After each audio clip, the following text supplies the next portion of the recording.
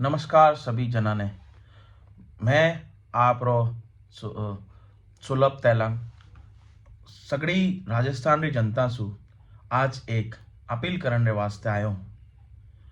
आप सगड़ा ने ध्यान होसी कि आज से ठीक 24 घंटे बाद, या यूँ कहिए अब 24 घंटे भी नहीं बचे हैं, कुछ समय बाद यानी कि कल 25 नवंबर 2023 को हमारे स्टेट के इलेक्शन हैं।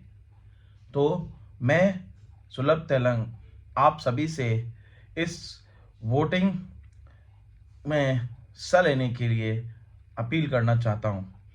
और मैं ये भी कहना चाहता हूँ कि अगर हम और आप चेंज लाना चाहते हैं, या हम और आप सोचते हैं कि ये नेता कुछ नहीं करता, वो नहीं करता, तो क्यों ना आज जब हमें मौका है हमारे प्रत्याशी को चुनने का और हमारे चहीते को चुनने का, या हमें जो व्यक्ति अच्छा लगता है कि नहीं ये कर सकता है हमारा काम अगर ये सत्ता में आया तो क्यों ना हम उस प्रत्याशी को चुनकर अपने बहुमूल्य वोट को देकर और उस राइट का यूज़ करें।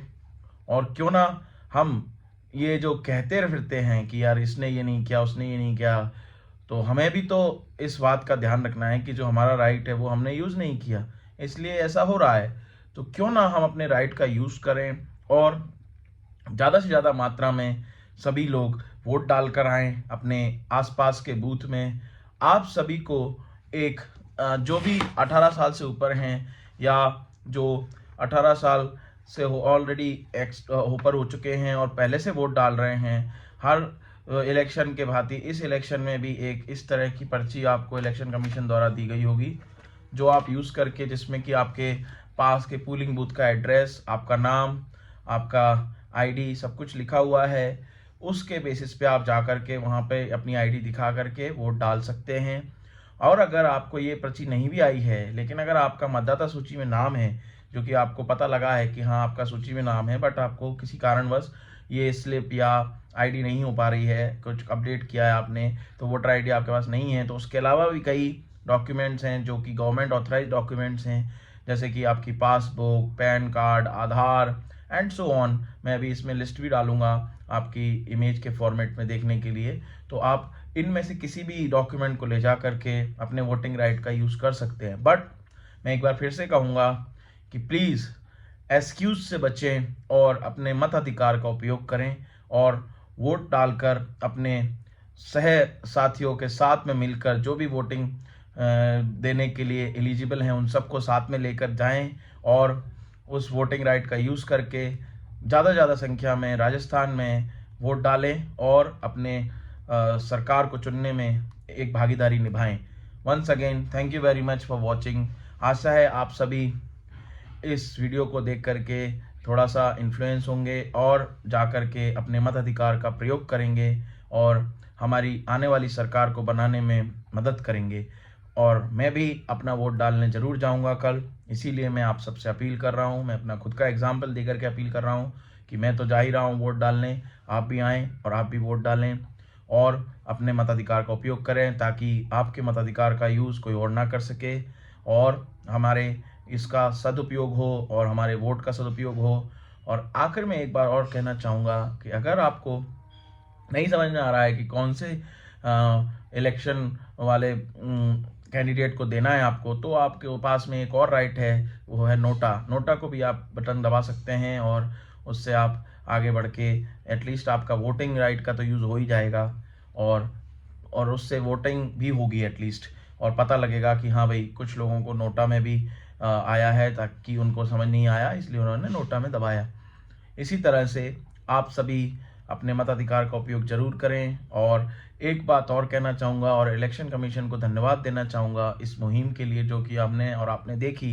इसमें मैं आपको इमेज के थ्रू बताऊँगा कुछ फ़ोटोज़ कि हमारे इस साल इलेक्शन कमीशन ने 80 वर्ष से ऊपर के जो भी सीनियर सिटीजन्स थे उनके लिए एक मुहिम चलाई थी कि जो घर बैठे नहीं दे पा रहे थे वोट, तो उनके लिए एक फॉर्म निकाला था थोड़े दिन पहले, और उस फॉर्म को कई लोगों ने भरा। और राजस्थान में हमने देखा कि बहुत से लोगों का, मेरे भी आसपास के लोगों में कई बड़े बुजुर्ग थे, दादा नानी और जो लोग थे, उन्होंने वोट का अधिकार का उपयोग किया। तो जब वो इतने ऐसे होने के बावजूद और वोटिंग का अभी भी इंटरेस्ट रखते हैं, तो हम जो युवा वर्ग हैं और जो कि सक्षम हैं कि हम वोटिंग बूथ तक जा सकते हैं आसानी से और वोट डालना चाहिए, तो क्यों ना हम जाएं और अपने वोटिंग राइट का यूज़ करें।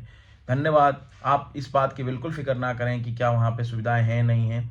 वहाँ पर इलेक्शन कमीशन ने, इलेक्शन ऑफिसर्स ने सारी प्रकार की सुविधाएं मुहैया करा रखी हैं। अगर कोई विकलांग है, कोई जो थोड़ा बहुत चलने फिरने में दिक्कत है, तो उसके लिए वहाँ व्हील चेयर और बाकी सारी सुविधाएं रहती हैं। आप वहाँ पर रिक्वेस्ट कीजिए, पहुँचकर वो आपको व्हील चेयर प्रोवाइड करा देते हैं। Thank you very much. इसी तरह से एक बार फिर मैं अपनी बात इनको विराम दूंगा। खम्मा गणिसा, नमस्कार। और आशा है आप सभी बड़े संख्या में जाकर के अपने वोटिंग राइट का यूज़ करेंगे। और इसका समय भी निर्धारित है, सुबह 7 बजे से लेकर के शाम को 6 बजे तक। तो इस दौरान आप सभी वोट करने जाएं और अपने वोटिंग राइट का यूज़ करें। Thank you. और इस समय में भी अगर आप 6 बजे के अंदर अंदर उस बाउंड्री लाइन पे पहुंच जाते हैं, तो आपका मत खाली नहीं जाएगा, आपको वोटिंग राइट यूज़ करने दिया जाएगा, क्योंकि गवर्नमेंट की गाइडलाइन है, जो कि इलेक्शन कमीशन की गाइडलाइन है, कि अगर वो उस मीटर के 100 मीटर या जो भी उनका दायरा है उस पर आ गया है कोई व्यक्ति, तो वो चाहे कितना ही टाइम हो जाए उसको वोट डाले बिना वापस नहीं भेजेंगे। तो जब इतना सब अपने को सुविधाएं मिल रही हैं और उनकी तरफ से इतना अपने को सपोर्ट मिल रहा है, तो हमें भी हमारा एक मताधिकार का यूज़ करके और वोट डाल के ज़रूर आना चाहिए। और मैं इसी के साथ अपनी वाणी को नमस्कार कहूँगा आप सभी को, और आशा है कि आप सभी वोट ज़रूर डालेंगे कल, और मैं तो ज़रूर डाल रहा हूँ। Thank you very much.